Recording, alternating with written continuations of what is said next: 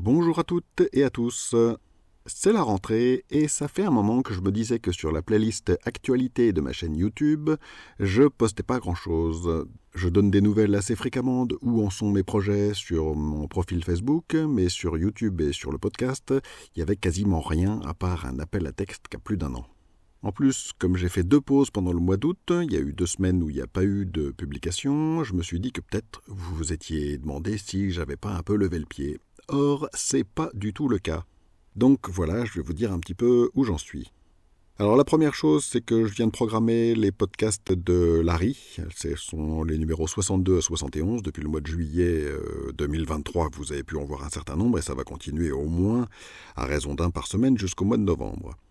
Ce qui m'a pris le plus de temps cet été, ce sont les enregistrements des interviews vidéo. J'en ai fait près d'une quinzaine. Il y aura des interviews d'auteurs de littérature érotique. Sonia Saint-Germain n'était que la première d'une longue liste. Jeudi, celle d'Artam Kwiatkowski est sortie et j'ai déjà monté celle de Chloé Safi qui me l'a validée. Idem pour Françoise Ray et Marissa Rachel. J'ai aussi réalisé l'interview d'une éditrice que j'apprécie beaucoup, Hélène Jacob. Sont également en cours de programmation l'interview de personnalités comme Deborah Campaya, créatrice de contenu et coach BDSM. Cette vidéo paraîtra après la visite guidée du gîte L'Antre des Vices. Enfin, j'ai continué à réaliser des sujets sur les pratiques du BDSM, donc après le shibari et le pony play, vous aurez droit au needle play avec Diane Killer et au fist fucking avec Juan Carlos de la Fistinière. Je crois que vous avez compris que je n'ai pas chômé. Autre sujet dont je voulais vous parler, la sortie de mon livre audio. C'est un projet dans lequel j'ai investi des centaines d'heures de travail parce que je voulais que mon livre soit accessible à tous. Et puis Rose m'a fait remarquer que découvrir de la littérature érotique les mains libres, ça pouvait être sympa.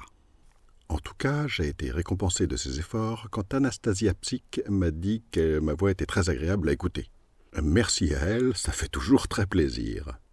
En pratique, le premier tome audio est déjà publié et le second paraîtra dans le mois qui vient. Les liens vers cette version audio de notre double roman sont sur notre site.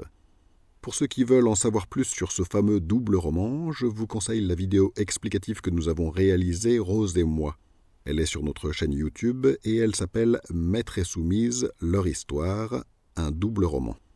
Puisque j'en suis à vous parler de YouTube, je suis assez content de l'évolution de la chaîne. L'année dernière, à la même époque, nous n'avions que 39 abonnés pour 9 mois d'activité. Je ne sortais alors que des podcasts sans invité et j'étais content quand l'un d'eux faisait plus de 30 vues, c'est vous dire.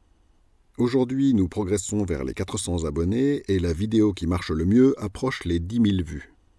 C'est encore peu, mais compte tenu du fait que Rose et moi ne sommes pas à visage découvert, condition très importante pour réussir sur Internet, cela peut se comprendre. Nous avons aussi une émission de podcast disponible sur Deezer, Apple Podcast, Spotify et compagnie. C'est quand même plus simple à suivre que YouTube quand on est en voiture ou dans les transports en commun. J'en fais peu la publicité par manque de temps, il faut bien le dire. Néanmoins, les liens vers notre podcast sur votre diffuseur préféré sont disponibles dans le menu de notre site internet. Il y a d'autres projets en cours, mais ce n'est pas moi qui vais vous en parler. C'est moi, c'est Rose. Je voulais vous dire que pour ma part, je suis dans les corrections du 2e tome de Mon Maître, Mon Amour, qui paraîtra le 4 décembre 2024. À côté de cela, comme c'est un projet de couple, pour soulager Steve, je me suis mise au montage vidéo. Ça me prend un petit peu de temps. Et sinon, je gère la page Instagram rose.stevealdeman. J'y donne des nouvelles sous un autre format que sur Facebook. Là, c'est ma patte qui s'exprime.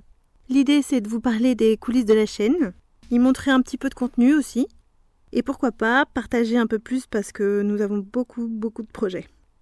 J'espère par ce biais recueillir quelques impressions et communiquer avec ceux qui en ont envie. J'attends vos réactions avec impatience. Au plaisir! Pour finir, je voudrais vous parler du but de cette chaîne YouTube. Si elle sert la promotion de notre double roman, ce n'est pas pour gagner de l'argent, mais pour favoriser une vision saine des sexualités et des relations BDSM en particulier, puisque c'est le contexte de notre histoire. J'adore mon roman, Ma soumise, mon amour, et j'ai toujours autant de plaisir à lire et relire la version de Rose, Mon maître, mon amour. Mais au-delà de l'histoire et des passages dont l'érotisme m'enchante, ces 2 livres sont surtout un moyen de lutter contre les idées reçues concernant les sexualités. Et à ce titre, les interviews qui paraissent sur cette chaîne vont toutes dans ce sens. Je les réalise pour promouvoir la tolérance. Cette tolérance est la vertu cardinale qui nous motive, Rose et moi, et c'est également elle qui nous poussera à parler d'autres sujets à l'avenir. J'ai écrit d'autres livres qui seront publiés quand Rose et moi pourront enfin être à visage découvert.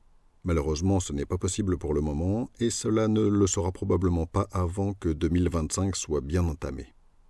En particulier, je m'intéresse au thème de la protection de l'enfance, et je réalise des interviews sur ce thème par avance. Si cela vous intéresse, je vous invite à visiter mon profil Facebook, je publie régulièrement sur ce thème.